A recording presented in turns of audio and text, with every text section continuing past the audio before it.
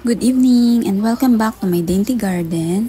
So sorry guys at gabi na yung vlog natin and magulo dito dahil nagpintura ako kanina. Ayan, pininturahan ko yung ating bakod. So ang tagal-tagal talaga matapos kasi nag-uulan na guys. So ngayon ko lang to napinturahan and mostly weekends lang kami gumagawa and naging busy. So ayan, ngayon ko lang siya natapos. And magulo pa to. Ayusin ko muna. Ayan na. Ibalik ko na yung mga halaman dito guys. Ayan. Ang laki na ng ating ghost. Florida ghost. Ayan yung kanyang bagong leaf. Ayan. Sobrang laki na niya. Nabili ko lang to napakaliit mga 3 leaves. Ayan. Nabalik ko na rin yung ating mga gymnos dyan. And ang i-flex natin na plant for today is yung ating dancing bone cactus. Teka, naapakan ko na yata siya. So, ito na yung ating dancing bone cactus. Napakalaki niya na guys. Since nabili ko, siguro mag 2 years and a half na siguro to. Turning 3. Teka, ipatong natin siya. Dito para medyo ma-highlight naman natin siya. So, kung gusto nyo guys ng kakaibang cactus, ayan. So, isa siyang cactus, pero kakaiba. Teka dito. Magulo kasi dito guys. Sorry ah. Ayan, ang haba na niya. So, cactus siya, pero trailing siya. So, ganyan lang siya kaliit nung nabili ko from Benguet kay Ma'am Tiny. Dioecious Cacti and Succulents. And ngayon, tingnan nyo naman. Naghahanging na siya talaga. Ayan o. Ito pa. Ang ganda nito. Ang ganda nito guys pag pag umaga, sumisilip to eh. Teka, ipakita ko rito ha.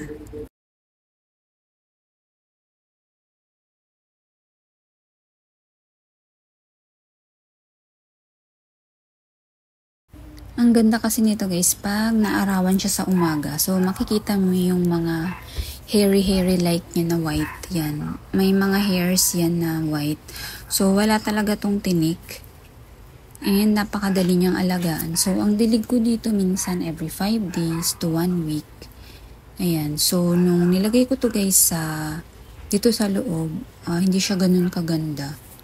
And then, ayan, very lush na siya nung nilagay ko siya sa labas. So, morning sun till noon ang nakukuha niya. So, provide nyo lang siya ng more sun para maging ganito siya guys. So, yung mga dulo niya na ganito, ayan. Ang ganda niya kasi pag ganyan oh. Tapos maputi-puti yung pinakadulo. Dati nung nandito yan sa loob guys, hindi siya ganyan, wala siyang ganyan. Mostly green lang, mga ganito. Yan, mga ganyan. Tapos mabili siya malanta nung nasa loob.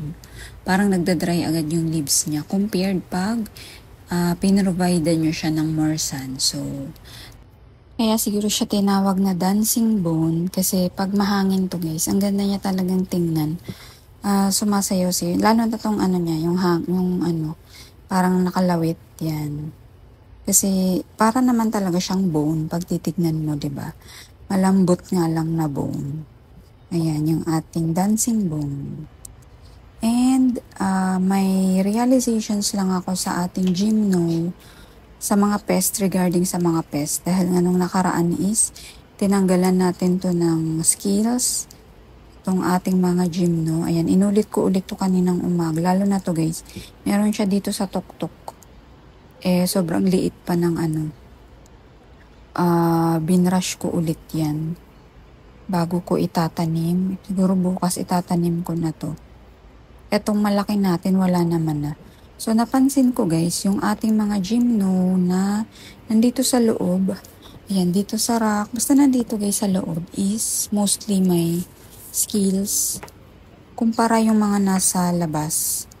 Parang pag mas pinaprovide nyo sila ng more sun and more ventilated area, parang walang pest.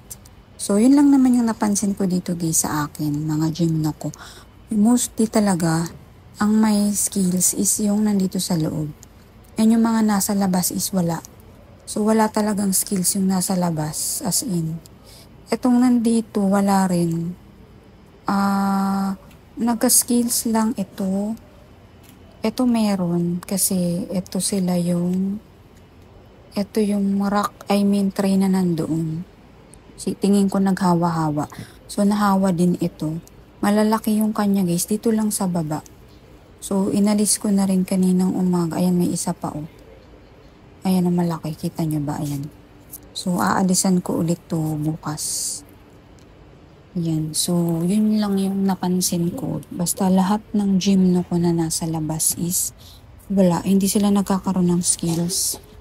And nag-order agad ako ng Startle G and dumating agad from Plant Culture PH. Ayan, sinabay ko na rin tong Gymnomix. Tapos, Startle G. Magpupuradan sana ako. Pero, kasi nga matapang kasi yun. So, ito na lang munang Startle G. So, lalagyan ko sila lahat. Sabay-sabay ko naman silang tinanim. So, ayan, lalagyan ko sila bukas na lang din. Para maano naman. Siguro kasi time na maglagay ulit tayo ng pesticide.